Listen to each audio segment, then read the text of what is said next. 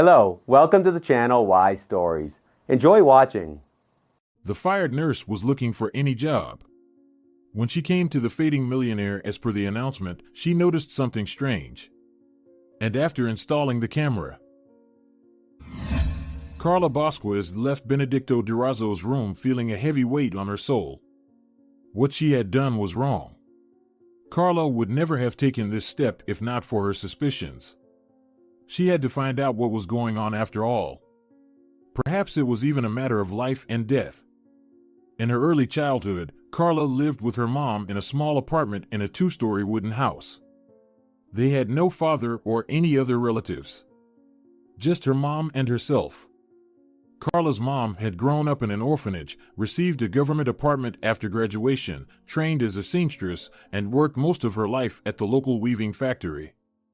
Luckily, the industrial zone where this enterprise was located wasn't far from their home. They didn't even have to spend money on the bus, which was very convenient. Carla and her mom lived very modestly. Carla remembered her early childhood as the happiest time of her life. Her mom was young, cheerful, her smile could make all of Carla's worries disappear.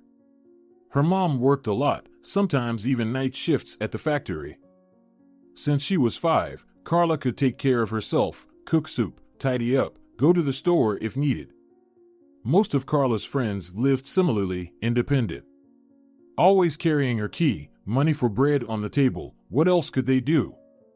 Parents work, kids take care of themselves. But how happy Carla was when her mom finally came home, sometimes not empty-handed, bringing something tasty. They would sit in the kitchen, drink coffee, exchange news. It was wonderful. Carla considered her mom a beauty, fair-skinned, with blonde hair, tall, and regretted not taking after her. Carla herself was slender, tan-skinned, with dark eyes, not as striking as her mother. Carla was proud of her beautiful mom. But in the end, this beauty became Carla's source of unhappiness. Tobias Cano, her stepfather, initially courted her mom, showered her with compliments, gallantly offered his hand, gave her flowers, invited her to the movies or cafes. Sometimes Carla and her mom went along. Tobias seemed so cheerful, so kind and caring. At first, Carla liked him. They sometimes talked with her mom about Tobias. Carla was already 11 then, understanding a lot, so her mom consulted her almost as an equal. "Daughter, he's hinting about marriage. What do you think? Should I?" At that moment, Carla was sure that yes, it was worth it. Tobias would take care of them, be their support and protection. Carla had a good life with her mom, but she really missed having a father. She envied her friends who had dads. Tobias worked as a driver at the factory where Carla's mom worked. He was handsome, strong, cheerful, the life of the party, with lots of friends and acquaintances, a joker and a prankster. Tobias lived in his own one-bedroom apartment in a much more prosperous neighborhood than where Carla and her mom's wooden house was located. So, after the wedding, they decided to move there. There are better schools there, and all sorts of clubs nearby, her mom listed. Plus, our apartment is so old, it's been needing repairs for a long time, but Tobias's place is spacious, bright, beautiful. And so Carla and her mom ended up in Tobias's apartment. Tobias specially converted the balcony into a separate room for his stepdaughter, insulated it, wallpapered it, and bought furniture. Carla was thrilled to have her own bedroom now. It was small, tiny even, but it was hers. Later, Tobias persuaded her mom to sell her apartment. At first, she resisted, afraid to lose her community and yard, but he described so persuasively the advantages of living in a spacious two-bedroom apartment, even a three-room one, and presented many arguments. The plans for a second child were decisive. After all, how could they live in a one-bedroom with 4 people? Her mom agreed. She sold the apartment and gave Tobias the money. He also put his own apartment up for sale. As a result, the family moved to a spacious two-bedroom apartment. And Carla had a real bedroom, which made the girl incredibly happy. Initially, Carla was happy with all these changes. Tobias had made her and her mom's life better, brighter, fuller. Now they lived in a nice apartment, often visited their parents. It was fun, noisy, joyful. Carla transferred to a new school where she quickly made friends.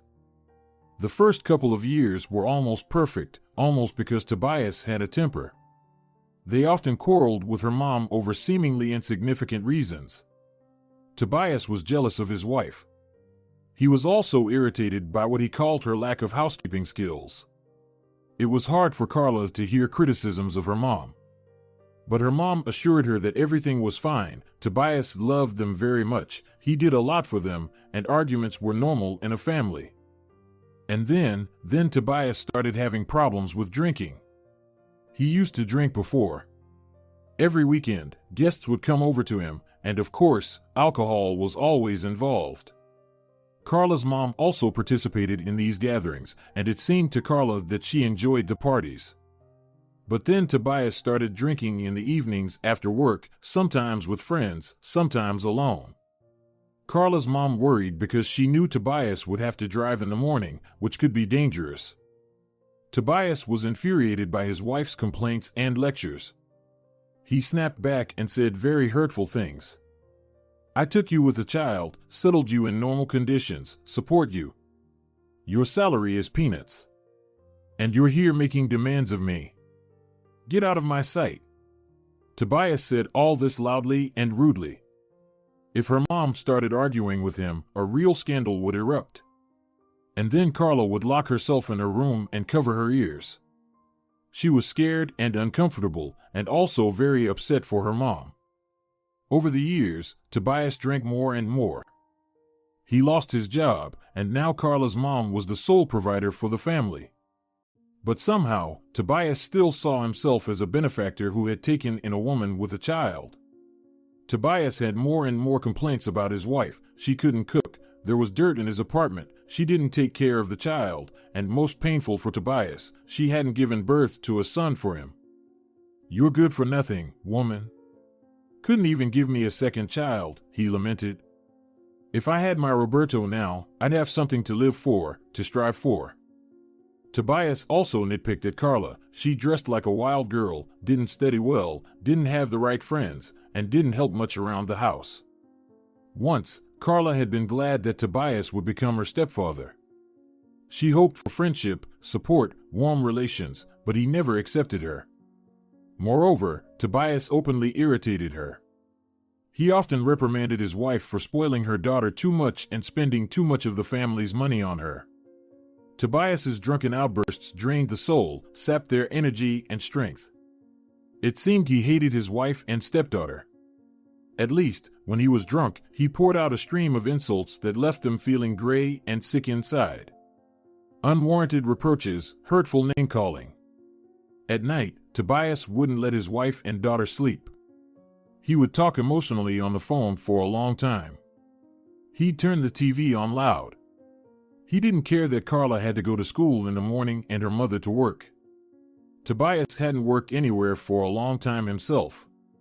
What responsible employer would want an alcoholic like him? He could sleep peacefully until noon, and the problems of his loved ones didn't concern him at all. Carla often pleaded with her mom to divorce Tobias, but it seemed she still loved him. Besides, where could they go? They no longer had their own apartment. Tobias, as later revealed, had put it under his name. Now he claimed sole ownership of the living space, which he frequently mentioned during his drunken speeches. "You're nobody here. Nobody, do you understand? So don't act special. Push me too far, and I'll kick you out." Carla lived in constant fear. She feared that Tobias would actually throw them out one day. She also feared that her stepfather might start a fire while everyone slept. In his drunken state, he was capable of it. Carla was afraid of Tobias's friends too, who regularly visited and year by year became more marginal and unpleasant. Who else would associate with an unemployed drunkard? But most of all, Carla worried about her mom, who was feeling worse and worse. Her mom often had headaches and high blood pressure. She took pills, but doctors mainly recommended a calm lifestyle, free from stress. Yet here was Tobias, with his insults, threats, reproaches, and disgraceful behavior, making Carla's mother's life unbearable. There was also poverty and the need to work multiple shifts. How could she avoid stress in such conditions? Sometimes her mother felt so bad that she would lie down on the couch, clutching her temples and quietly moaning. In those moments, Carla froze with horror. Sometimes she even called an ambulance. Doctors recommended hospital treatment, but how could her mom leave Carla alone? Leave their apartment? In her absence, their home could turn into a real disaster. And Carla? How would she manage without her? Carla finished 9 grades of school and easily entered medical college. It was tough, but Carla had long understood that her only path to a free, independent life was through persistent study. That was the only way to achieve something in life. So, Carla dedicated all her time to studying, and it paid off. She managed to break into the medical field. After completing her required years of study, she landed a job at a private clinic. They paid well there, and Carla even started saving up for future housing. Why not? In a couple of years, she could get a mortgage. By then, she'd have saved up enough for a down payment. Carla's plans were grand. Life seemed pleasant, carefully planned out for many years ahead. But everything was shattered by a terrible tragedy. Carla's mom left for work that morning as usual. She kissed Carla goodbye and wished her a good day. Carla replied in kind to her mom. In the living room, Tobias lay snoring on the floor, clearly still drunk. Carla whispered to her mom she didn't want to wake him. "I wish I could sneak off to work before he wakes up." By noon, Carla received a phone call. It was Viviana Acebo, one of her mom's colleagues whom Carla knew well. "Your mom isn't feeling well," Viviana said with a worried voice. They took her to the hospital. Teresa went with her. Carla's heart sank at that moment.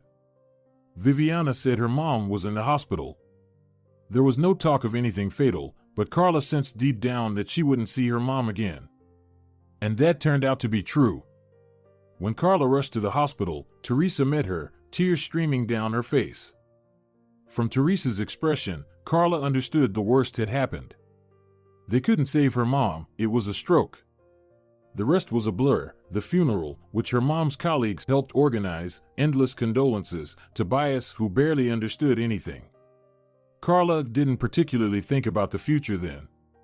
She tried to grasp what had happened, but her mind refused to accept the information. In the evening, after the memorial service, Carla and Tobias were left alone. Some friends had come over with a bottle, under the respectable, even noble pretext of supporting a friend who had lost his wife. Tobias quickly passed out, falling asleep right on the kitchen floor. His friends continued without him. Carla lay in her bed clutching her mom's blouse, which still carried her scent. Tears streamed down her cheeks. One of Tobias's friends quietly sneaked into her room, sitting on the edge of her bed. Carla looked at him with surprise. His face was flushed, his eyes watery, a stupid grin on his lips. "You're a beauty," he slurred, eyeing Carla. It was a sleazy, unpleasant look that seemed to leave a residue on her skin. It made her want to scrub herself clean immediately. A dirty, unsettling gaze. Carla asked the man to leave, but he instead moved closer, then wrapped his thick, sweaty arms around her tightly. Carla realized she needed to escape. Where did she find the strength? She pushed the drunken man away and bolted for the exit. He lunged after her, but fortunately, his legs couldn't support him well enough. "Where are you going, silly? What are you afraid of? I won't hurt you, quite the opposite." Carla dashed out onto the street. She hadn't managed to change into her nightwear, lacking the strength on that dreadful evening. Fleeing from the apartment, she grabbed her backpack from the nightstand. Good, there was some cash, her documents. Carla called a friend, explaining the situation. She had seen Constantia Salguero recently, at the funeral. Constantia had come to support Carla. "Come to my place, you can stay overnight," Constantia confidently offered. Carla breathed a sigh of relief. At least she had somewhere to go now. She would figure out what to do next from there. At Constantia's place, Carla calmed down a bit, regained her composure, and realized she couldn't set foot in that apartment again. No, she would go back one more time to collect her things, and that would be it. But she would do it later, when the fear had subsided. Living with Tobias was impossible. He drank, became increasingly aggressive and bizarre. His awful friends visited him, and staying there was simply dangerous. Carla had some savings, money she had been putting aside for a down payment on a mortgage. With those funds, she rented an apartment. Constantia helped her find suitable housing. And then life somehow started to improve. Work, a rented apartment, girlfriends, weekend outings to the movies or cafes. Carla even liked her new life. No more jumping at night from the sound of stepfather bringing someone home.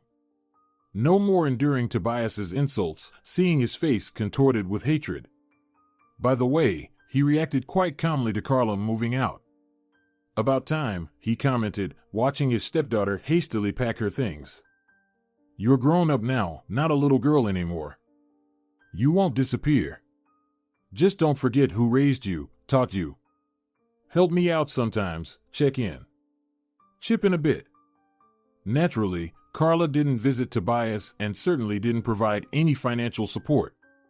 He had turned her life into a hell. In his final years, he lived off his wife's money, the same woman he had driven to a stroke. No, Carla had no intention of having anything to do with this person. She wanted to forget he existed altogether. But how could she forget something like that? Carla deeply missed her mom. Finding herself in a separate, albeit rented apartment, she began to question things. Why hadn't she done this earlier? After all, there were funds for rent. Perhaps her mom would still be alive. Tobias's behavior had become a constant, unrelenting stress for her. It likely triggered the stroke.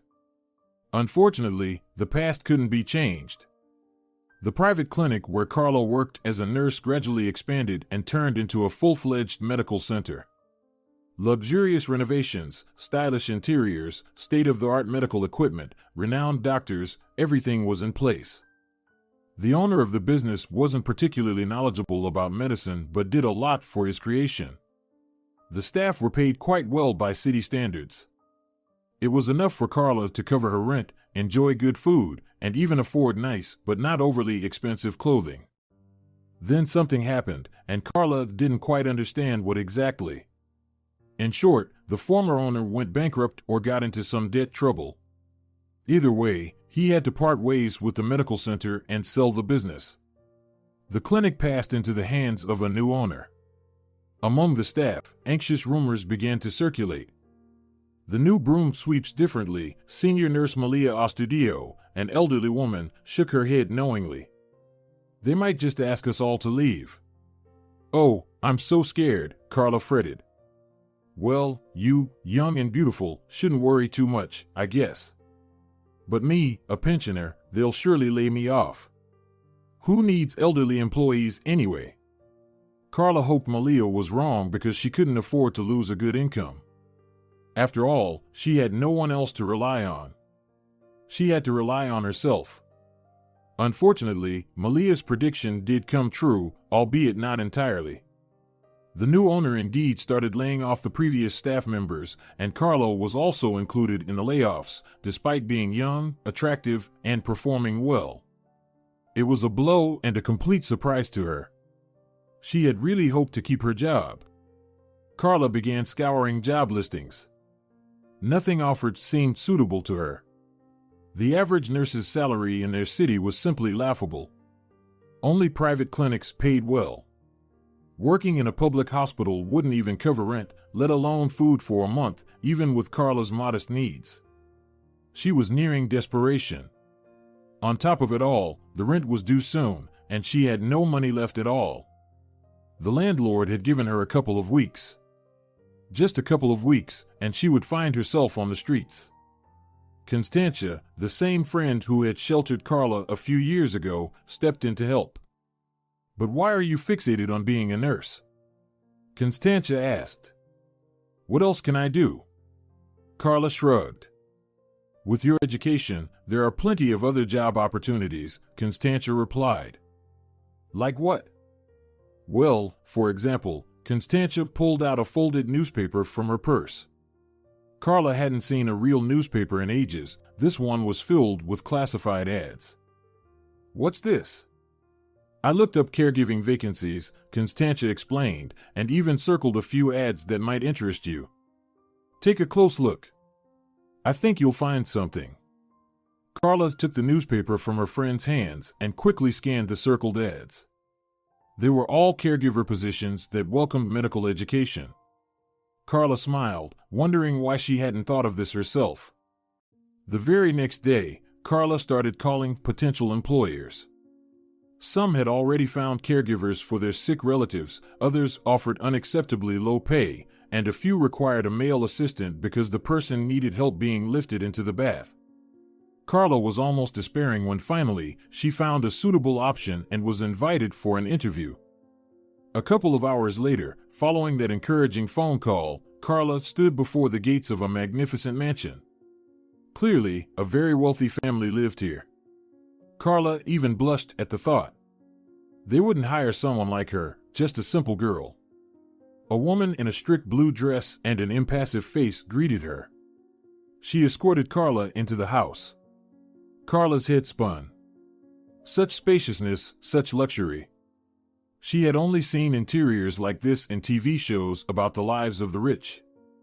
Please have a seat, the woman in the blue dress said, and Carla sank into a soft couch. Soon, a man around 50 descended the wide staircase. He greeted Carla and sat opposite her. His gray, attentive eyes scrutinized her. "You're so young," he remarked. "Do you think you can handle it?" "I have experience working with complex patients. I spent several years as a nurse in a hospital and..." From there, the conversation shifted to a more formal tone. The man with gray eyes was interested in Carla's education, her experience, her skills. Carla answered honestly and directly. Judging by the interviewer's expression, her responses seemed satisfactory to him. "Well then, it seems you're a good fit for us. Do you have any questions?" Of course, Carla did. She already knew roughly what her potential salary would be. They had mentioned it over the phone, and the amount was more than satisfactory. The salary offered was even higher than Carla's earnings at the hospital. But Carla was very curious about her ward. "Benedicto Durazo hardly gets out of bed," the man began to explain. "He has a serious diagnosis. Nothing can be done, even with his connections and money.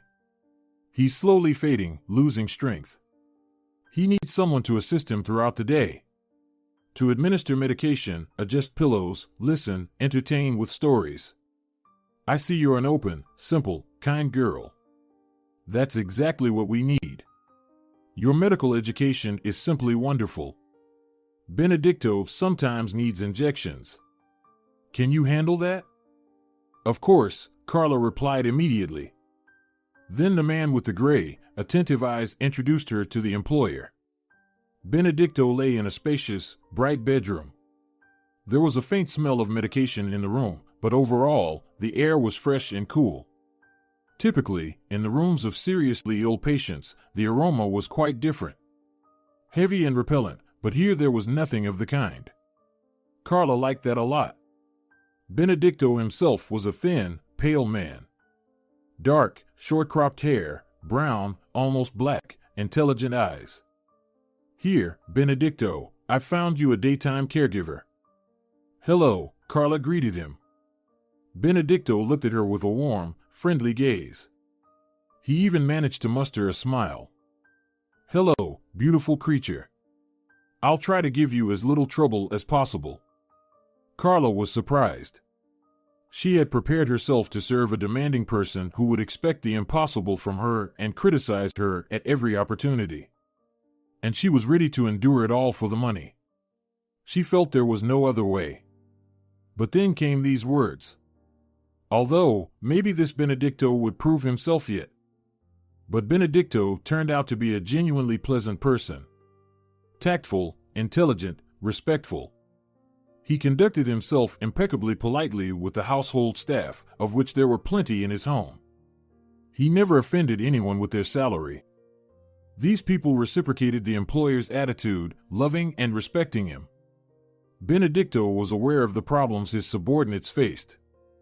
For instance, he helped the maid Marta's son get expensive medicine and arranged for the gardener's mother to be admitted to the hospital, paid for the cook's daughter to go to camp, and found a clinic for the manager's son, the same man with gray eyes who greeted Carla on her first day in this house. The young man was suffering from addiction and was literally on the brink. Benedicto gave him a chance at a happy life. This man had money and connections, and he used his potential to make others happy. Carla and Benedicto quickly became friends.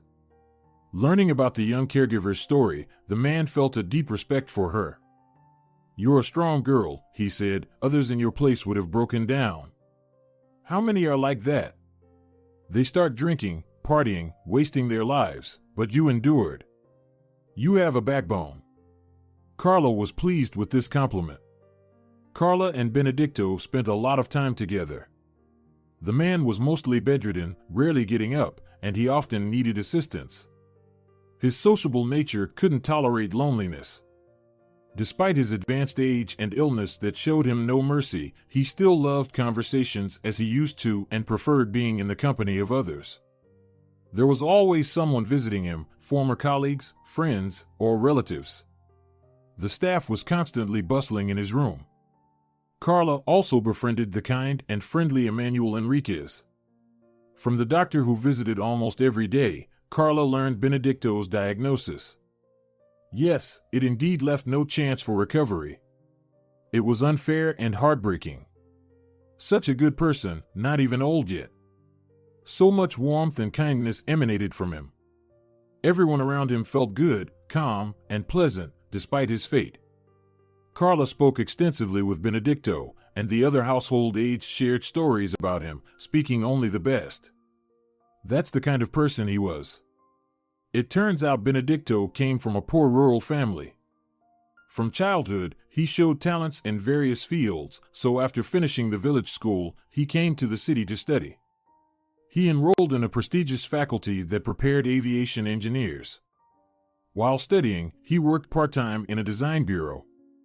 The idea to start his own furniture manufacturing company came to him during this time. After graduating from university, Benedicto found a job at a factory but never forgot about his dream. He saved money, built connections, and gathered information. Finally, the happy moment arrived. Benedicto founded a company specializing in furniture repair and custom-made cabinets and tables. Initially, it was tough. Benedicto consistently operated at a loss, and his savings quickly dwindled. He was about to give up hope when luck struck. The fledgling company secured its first major order, which its employees executed flawlessly. From there, everything started to fall into place. The significant client provided them with excellent publicity in the right circles, and orders poured in abundantly. The company grew, strengthened, and developed. Soon, it became a fully fledged large corporation with corresponding profits. Around that time, Benedicto was dating a girl he had been fond of since university, Amalia Valena. They had first met at a student disco. Benedicto immediately realized he was in love. As for Amalia, she had her doubts. She was a prominent and beautiful girl with thick, honey-toned hair, large blue eyes, and a stunning figure. Many pursued her back then. The abundance of choices bewildered her. While Amalia liked Benedicto, kind, reliable, genuine, she desired a more glamorous life. She believed her external attributes deserved that. Benedicto wasn't wealthy.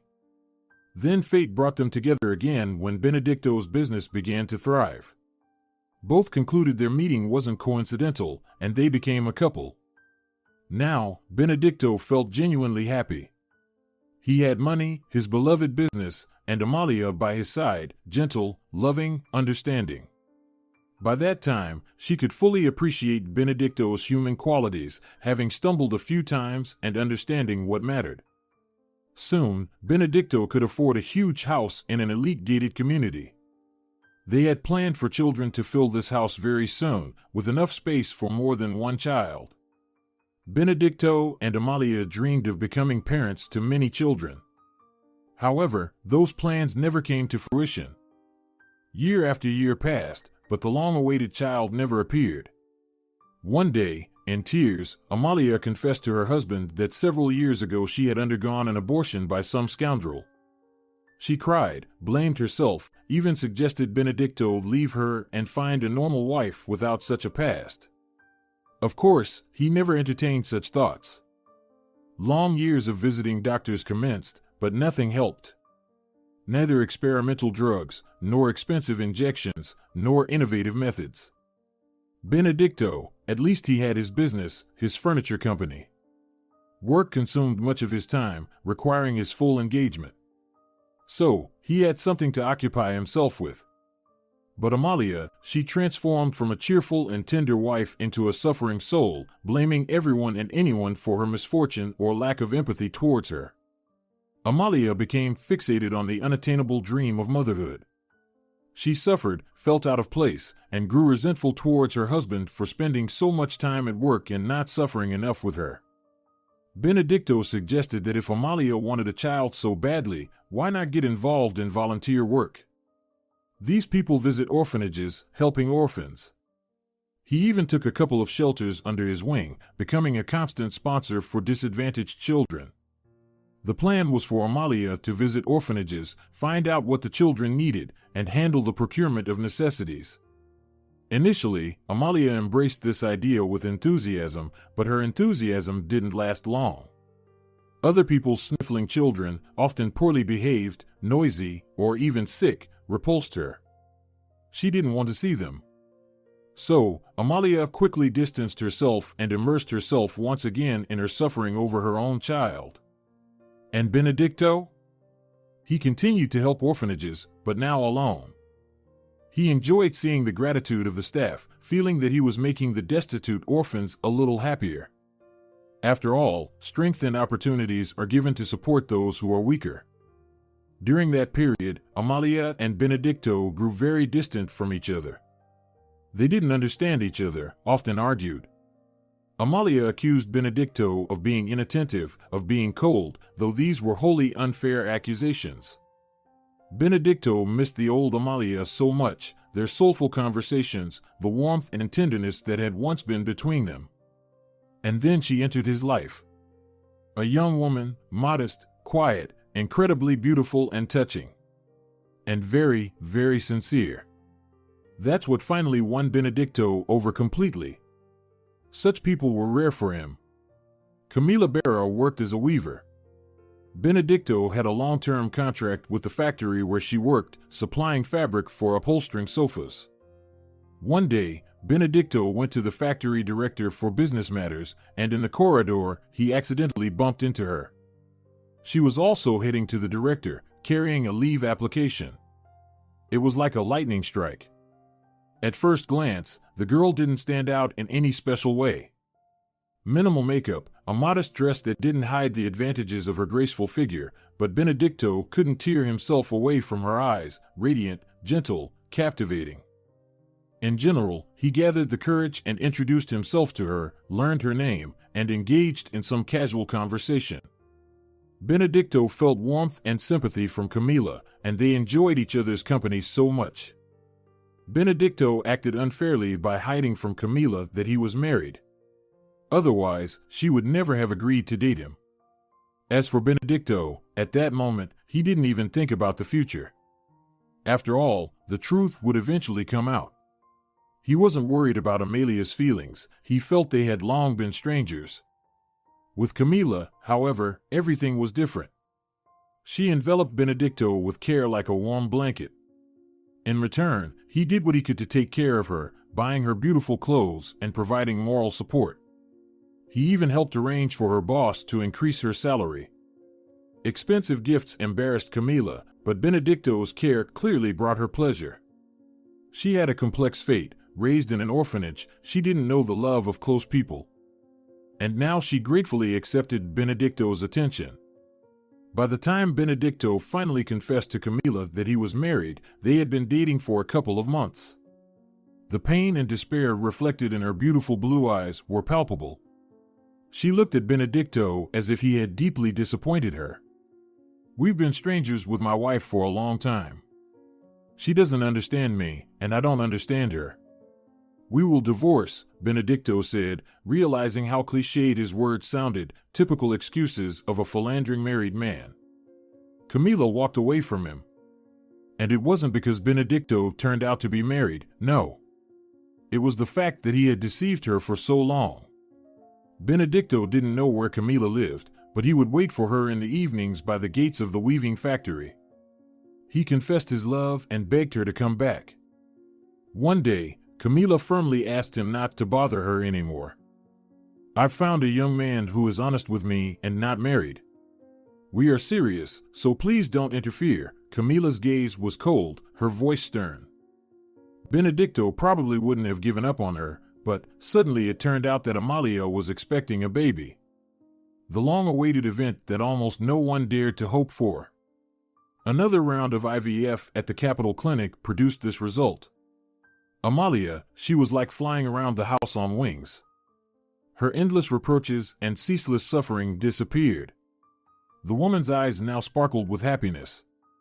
And Amalia needed protection and the support of her husband.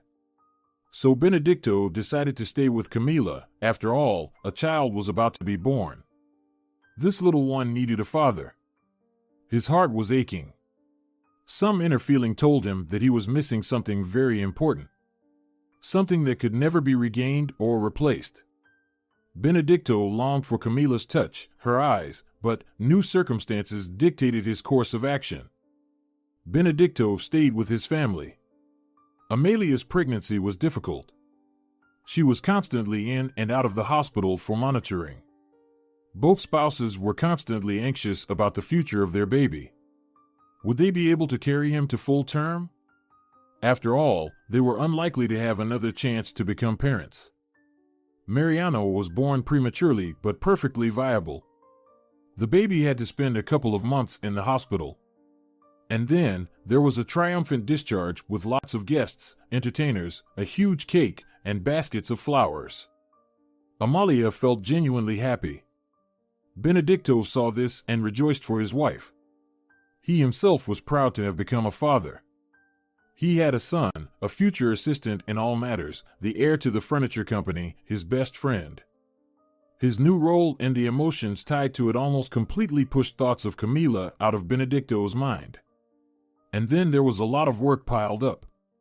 Only occasionally did he see her beautiful blue eyes in his dreams, clear and transparent like mountain lakes.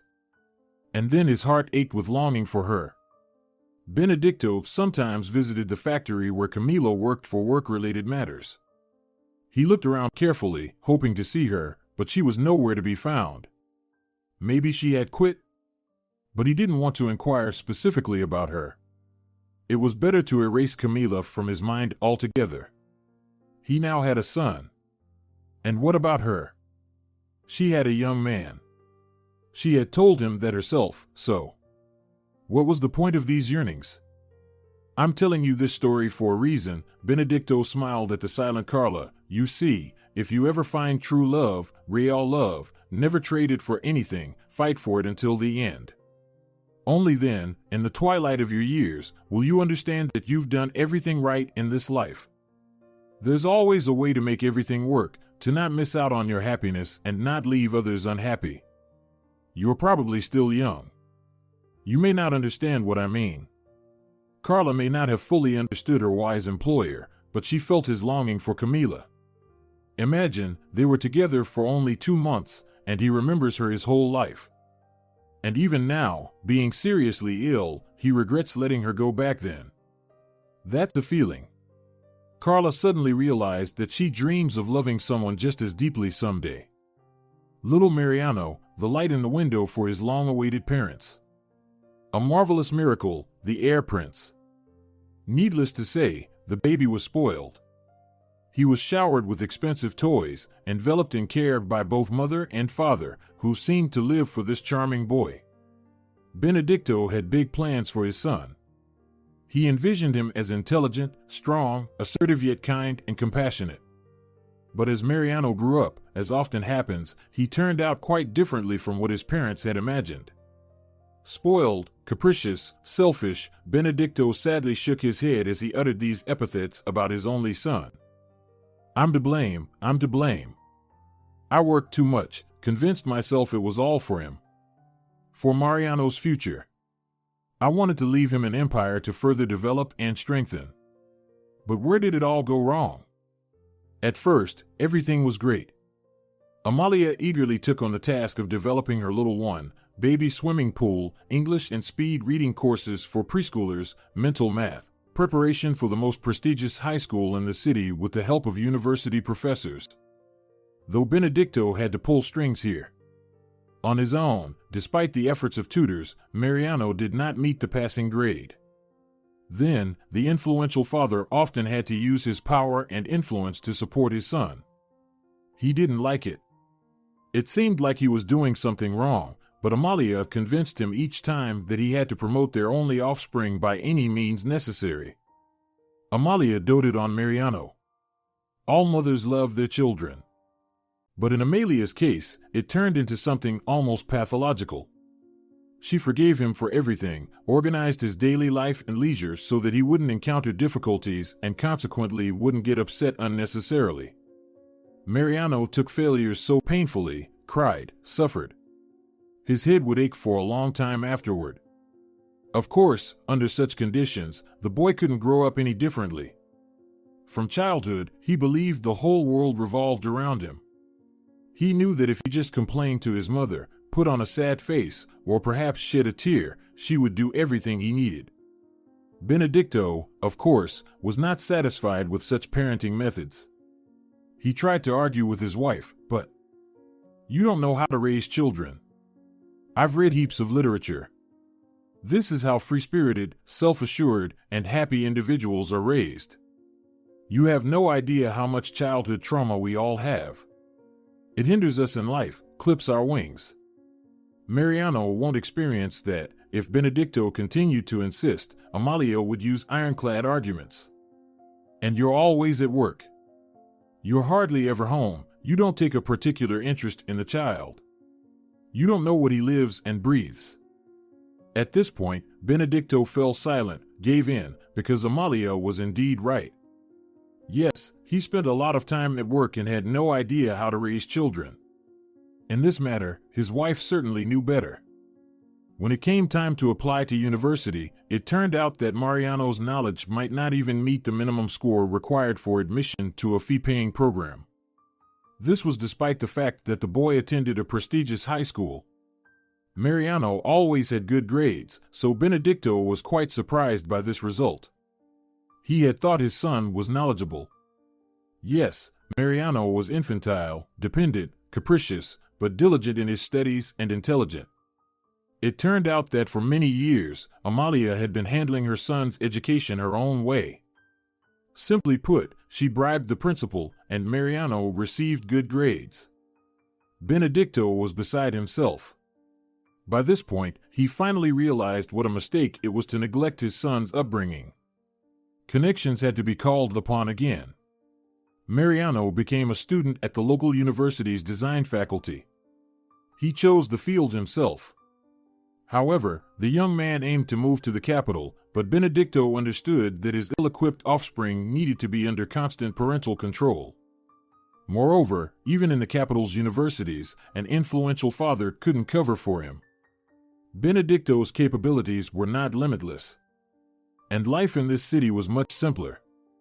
Mariano studied at the university for a few months and disappeared, along with a substantial sum of money from the safe. Amalia was beside herself at the time. She walked around in a daze, constantly taking sedatives. As for Benedicto, he was almost relieved. At last, his son had made a decisive and bold move. He must have set off to pursue his dream in the capital.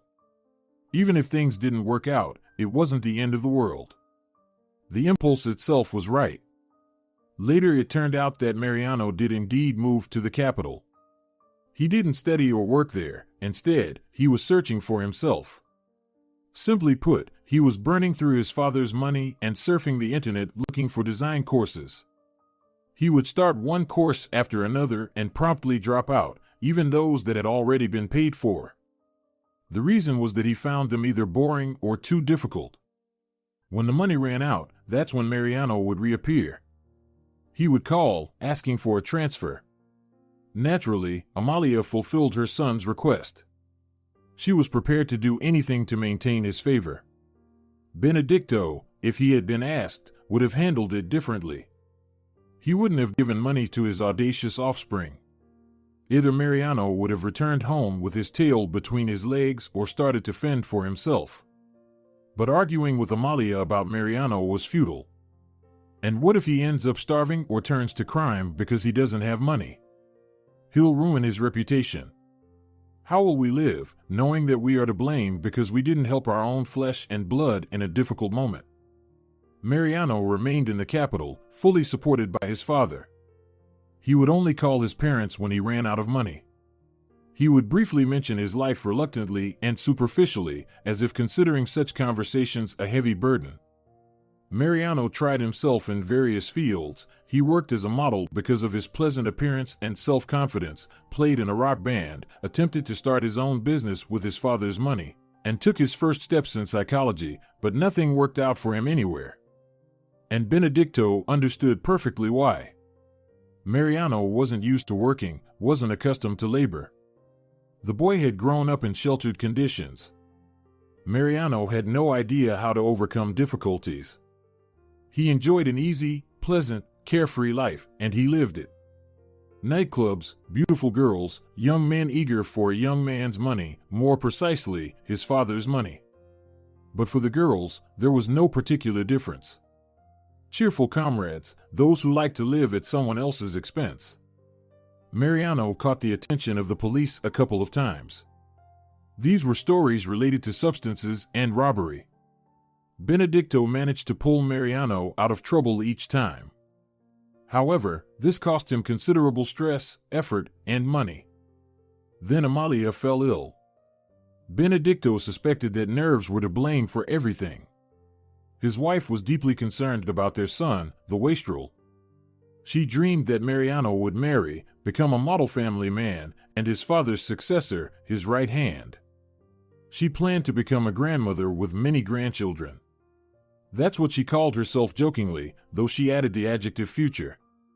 Heart complications began to progress, a condition hidden since birth. Amalia was aware of her defect, but it had remained dormant throughout her life. Now it had surfaced. Amalia's health rapidly declined. She was constantly in hospitals, undergoing several operations. During one of them, her weakened body couldn't withstand the procedure. Benedicto felt as if the ground had been pulled out from under him. All these years, he knew he had her, loving, understanding, reliable, in need of his protection and care, yet also giving him strength and motivation to conquer new heights. After his wife's passing, Benedicto felt complete loneliness. Mariano came to bid farewell.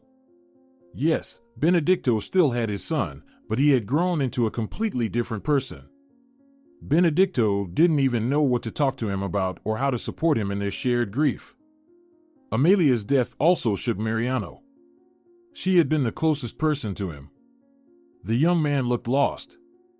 Benedicto couldn't help but feel sorry for him. For the first time, he saw his son as weak and uncertain. However, Mariano quickly regained composure and departed for the capital. He found his hometown too boring and confining. Requests for money transfers continued, but now Mariano approached his father directly. Sometimes he didn't even express gratitude, believing that it was all as it should be. Benedicto transferred the sums his son requested, perhaps now in memory of Amalia. Years passed, and nothing changed. Mariano continued to live a frivolous life in the capital. He had become a father himself, but he didn't live with or communicate with the mother of his child. Mariano was registered as unemployed, making it impossible to collect child support from him. The woman didn't even acknowledge Mariano as the father. Benedicto dearly wished to see his grandson, to somehow be part of his life. But he had learned about the existence of this child by chance and had no idea where to find him. Mariano, of course, denied everything. To all inquiries, he replied that it was his personal business and his father shouldn't meddle in it. And then Benedicto fell ill himself. The diagnosis was grim, but he fought. He remained on his feet for a long time despite the doctor's more pessimistic forecasts. Yet, the illness took its toll, laying low the strong man. Mariano occasionally visited his father from the capital. They had their own affairs, mutually beneficial cooperation. Carla nodded. Yes, she was acquainted with Mariano. He did indeed visit his old man once or twice a month.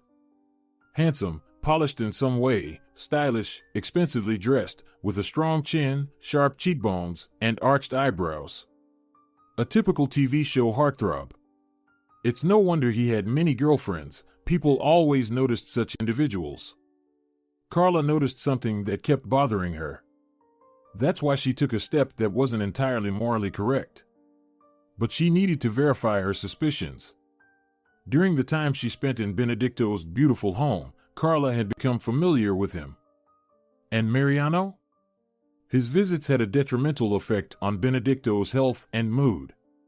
Yes, Benedicto was already bedridden, but he remained lively, open to conversation, cheerful, smiling at the staff, and often meeting with friends. After Mariano's visits, however, he was a different person, his gaze dulled, his face gray, showing complete apathy. Some time would pass, and the old Benedicto would return, until Mariano appeared in his room again. A very strange pattern. Mariano, there was something unpleasant about him. A haughty and disdainful look. The young man looked through people, considering it beneath his dignity to greet them. A repulsive personality, despite his very advantageous appearance. Carla was almost certain that Mariano was poisoning his father. She had recently seen something similar in a TV series. There, the heir deliberately poisoned a relative. Not a father, but an uncle, to inherit his estate sooner. Considering Mariano's appearance and the accounts from Benedicto and the staff, it seemed Mariano was quite capable of such actions. It appeared he was willing to do anything for money. Carla made her decision. She bought an inexpensive camera from an electronics store, watched a few videos online about how to install and operate it, and then chose a moment to leave the camera in Benedicto's bedroom. Carla knew that Mariano would soon visit his father, and she wanted to see for herself, to understand and confirm what was happening. If her suspicions were confirmed, if Mariano was indeed tampering with his father's food or water, she would take it all to the police. Finally, the day arrived. Mariano came to his father. As usual, he passed Carla without even acknowledging her with a glance. She had grown accustomed to such dismissive treatment. But soon, her suspicions would either be confirmed or refuted. Anything was better than complete uncertainty. Carla went to the servant's room. It was empty, so she took out her phone from her pocket, displaying the image from Benedicto's bedroom on the screen. The recording quality was excellent. She could see every detail, hear every sound. This was good. "How are you feeling?" Mariano inquired, settling down by his father's bed. "You look all right." "I'm okay, Mariano." "And you?" "Better than ever." "How's our business progressing?" "Father," Mariano looked at his parent reproachfully, "you know it's all pointless." "But are the detectives still searching?" "They are," Mariano nodded. "You're spending a fortune on them, but even they think it's all a waste of time and money. That girl, your daughter, probably never existed. You invented her. You just made her up." Benedicto shook his head and asked Mariano to fetch a photograph of his daughter. Carla couldn't understand anything. Benedicto only had a son, Mariano.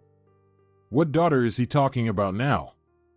Mariano obediently pulled out an A4-sized photograph from a folder and handed it to his father. "She exists," Benedicto said, looking at the picture affectionately, "and she's my daughter. The child of the woman you cheated on your mother with, she died. Maybe she was your daughter, maybe not. Continue the search. You are crazy. Mariano looked at his father with anger, with hatred. You don't want to accept the obvious. I know why you dream of finding this mythical daughter who either died in childhood or never existed at all. You're just disappointed in me and hope she'll turn out better. Benedicto's eyes grew dull and he paled visibly. His son's words caused him physical pain. Carla understood that Mariano wasn't poisoning his father, he was tormenting him with words and bad news. Benedicto, it seemed, was searching for his lost daughter, and Mariano appeared to be assisting him. But this help was backfiring. Father and son talked a bit more. Benedicto promised to transfer a large sum of money to Mariano, part of it for the detectives working on the search, and part to Tobias for his efforts. The search for Benedicto's missing daughter, or rather, its organization and coordination, was now Mariano's responsibility, for which he was being paid. This was what Carla deduced from the conversation between father and son. Mariano left. Only after that did Carla muster the courage to enter Benedicto's room. He seemed either asleep or lost in thought, as usual after Mariano's visits. His complexion was pallid, dark circles under his eyes. Communicating with Mariano drained his last reserves of strength. The boy particularly didn't mince words with his father, sparing no feelings, almost seeming to try to inflict pain. In Benedicto's hands was that very photograph. Mariano had either left it for him or simply forgotten to take it when he left. The photo lay face up. Unable to resist her curiosity, Carla took the picture from sleeping Benedicto's hands and was stunned. In the photograph, she saw a young woman, beautiful and smiling, holding a small child. It was Carla's mother and herself. Dizziness overcame Carla, her vision darkening. Carla hesitated for a long time to broach the subject with Benedicto. Initially, he wasn't feeling well and clearly wasn't prepared for such a shock. Later, Carla simply feared it. Not only was the topic delicate, but she would also have to admit that she had been spying on Benedicto and Mariano, eavesdropping on their conversations, and had seen that photograph. Ultimately, what seemed like someone else's affairs turned out to be Carla's own, after her not-so-tactful intrusion. Fate intervened. Benedicto was scheduled to be transferred to the hospital. It was time for his annual checkup, easier to conduct within the hospital's walls. He would be taken away for at least a month. Carla couldn't delay this important conversation any longer. Carla entered Benedicto's room. In her hands was the photograph, the very same one. It had been in Carla and her mother's family photo album for many years. Carla remembered the picture from her earliest childhood, and it was intriguing to see her mother so young, and herself as a tiny child. Benedicto, I need to talk to you seriously. I have this photograph here. Carla showed the elderly man the same picture, and I know you have the same one. It's strange and surprising. Please, tell me, where did you get this photo? Benedicto's expression changed. He scrutinized Carla's face intently, as if trying to read something from it. It can't be, but it was obvious from the very beginning. Your appearance, are we alike? Could it really be you? Explain it to me, I don't understand. Did you have a daughter? Where did you get this photo? I have the same picture. This photo was sent to me by the most wonderful girl in the world. Perhaps she was the only one I truly loved. It was such an extraordinary feeling, but fate didn't have us stay together, as it turned out. This is Camila. I've told you about her before, remember? Camila, Carla's mother, she was the woman Benedicto had met at the textile factory. They had dated for a few months, and he had fallen head over heels for her. He was making grand plans, knowing it wouldn't be easy, but he intended to part ways with Amalia and propose to the woman who made him feel so happy. But it wasn't meant to be. About a year and a half later, Mariano had already been born and became the center of the universe for Amalia, and also for Benedicto. And then this letter arrived, a letter without a return address. It had a photo in it, the same one you're holding now. Camila and a charming little girl, you. She wrote that she had my daughter and wanted me to know about it. She wanted me to know that our love hadn't dissolved into nothingness, hadn't disappeared. This feeling had a continuation. A wonderful child. Camila also wrote that she was married and living in another city with her husband. She asked me not to look for her. The only thing she wanted was for me to know about your existence. Of course, Benedicto tried to find Camila, he really tried. But she had indeed left the city. Where she went and with whom, she didn't tell anyone. She quit her job, took her daughter, and left. Mom told me that she tried to build a family with someone, and they really left here for a few years, and then Mom broke up with him, and we came back here, Carla said. If only I had known, Benedicto looked at Carla intently. If you are Camila's daughter, it means she's no longer with us. You've told me about your life, I remember everything. Yes, my mom is no longer here. And I had so much I wanted to tell her. Benedicto shook his head sadly, then continued his story. Realizing that insidious disease would soon take him from this world, Benedicto embarked seriously on the search for his daughter. He wanted to find her, this girl, or rather, now a young woman. He wanted to get to know her, talk to her about everything. Of course, he also wanted to talk to Camila. He couldn't have imagined she was no longer around.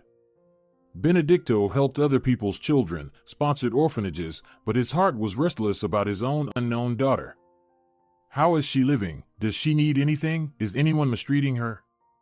I wanted to at least meet her before I die and support her, do something for her.